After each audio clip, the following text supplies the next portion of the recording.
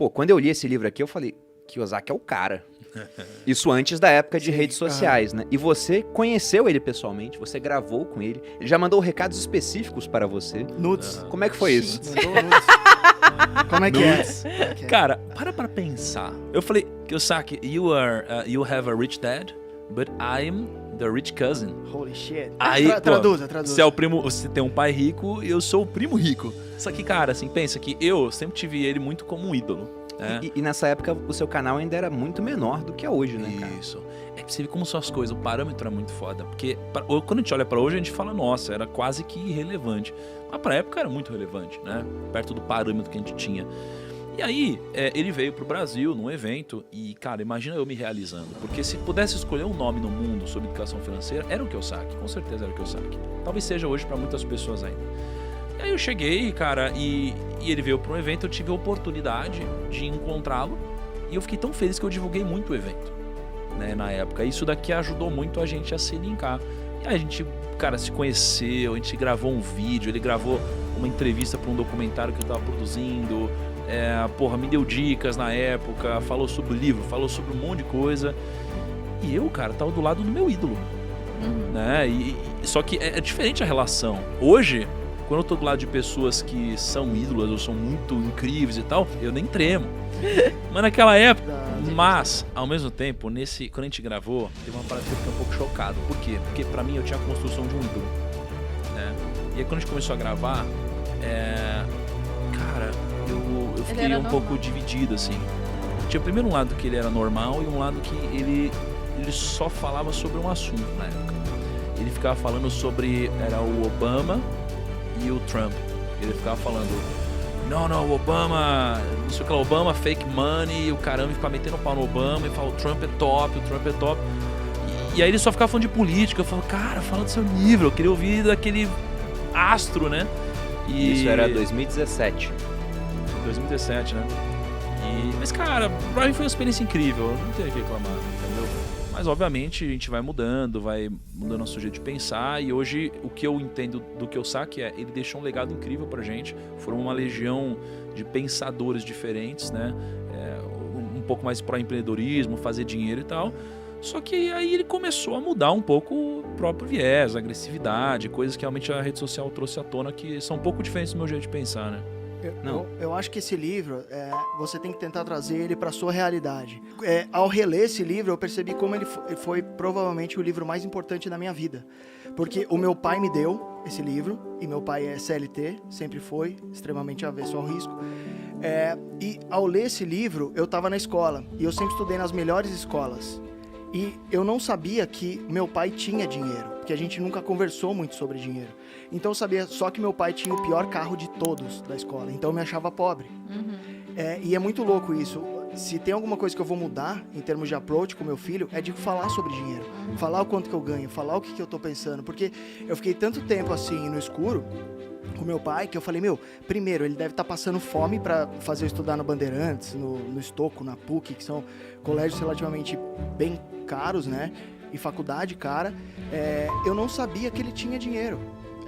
E isso fez com que eu, antes de ler esse livro, tivesse uma mentalidade de pobre. E ele fala aqui em uma passagem, ele fala, você pode estar pobre, mas se você agir como pobre, você vai ser para sempre pobre. Então ele fala, o pai rico, em alguma passagem, eu tô até com ela aberta aqui. Ele fala que tipo, ele podia estar quebrado, mas ele nunca falava que ele era pobre. A frase específica é assim, há uma diferença entre ser pobre e estar quebrado. Estar quebrado é temporário, a pobreza é eterna. É isso, era isso. Não, tem uns trechos que ele fala, imagina uma criança de 9 anos, que era o caso do Kiyosaki aqui, e ele conta, né? Meus 2 pais tinham atitudes mentais diferentes. Um acreditava que os ricos deviam pagar mais impostos para atender aos menos afortunados. O outro dizia, os impostos punem os que produzem e recompensam os que não o fazem. Um dos meus pais recomendava, estude arduamente para poder trabalhar em uma boa empresa. O outro falava, dedique-se aos estudos para conseguir comprar uma boa empresa. Um dizia, não sou rico porque tenho filhos. O outro, tenho que ser rico por causa de vocês, meus filhos. Um incentivava a conversa sobre dinheiro e negócios na hora do jantar. O outro proibia que se falasse no assunto. Cara, Então você é vê, louco isso. eram opostos de fato. E esse negócio de ser pai, eu acho que até o Joel, Agora você eu já falei sobre isso com o Joel, é muito louco, cara, porque depois que nasce o Catarrento, você fala, mano, eu não tenho opção ser pobre, não tem como. Eu separei aqui o que eu acho a frase mais sensacional dele, que é meio no começo, né, já que você tá nas frases. Pra mim, isso daqui é revolucionário. O cara falar isso, pra mim, é revolucionário. Impacta uma vida, uma geração inteira com essa ideia dele. Ele diz assim, ó, o dinheiro é apenas uma ideia. Se alguém quer mais dinheiro, precisa apenas mudar a sua forma de pensar. Uhum. Então, cara, vê se isso daqui não muda uma geração, cara. Se não um pensamento revolucionário. Porque realmente, o cara que eu mais vejo falar sobre isso é o Perini, talvez de formas diferentes. Pô, porque ele fala, o real já tivemos 10 tentativas de moeda e o real hoje já perdeu quase 85% do valor, não sei o que lá. Aí ele fala, pô, mas por que o dinheiro vale? Ele vale porque as pessoas confiam nele, acreditam nele. Então me diz se de fato o dinheiro não vale porque as pessoas acreditam que vale, logo o dinheiro é apenas uma ideia. Né? Por que o Bitcoin vale? Bom, as pessoas acreditam nisso. Então se você consegue criar uma ideia, mudar a sua perspectiva, você criou dinheiro. Né? Ele diz que você cria dinheiro. Né? Então, cara, esse pensamento é revolucionário. E ele diz que tudo começa aqui dentro, de fato. Mas não sob uma ótica espiritual, sob uma ótica intelectual, né, cara? Isso é incrível.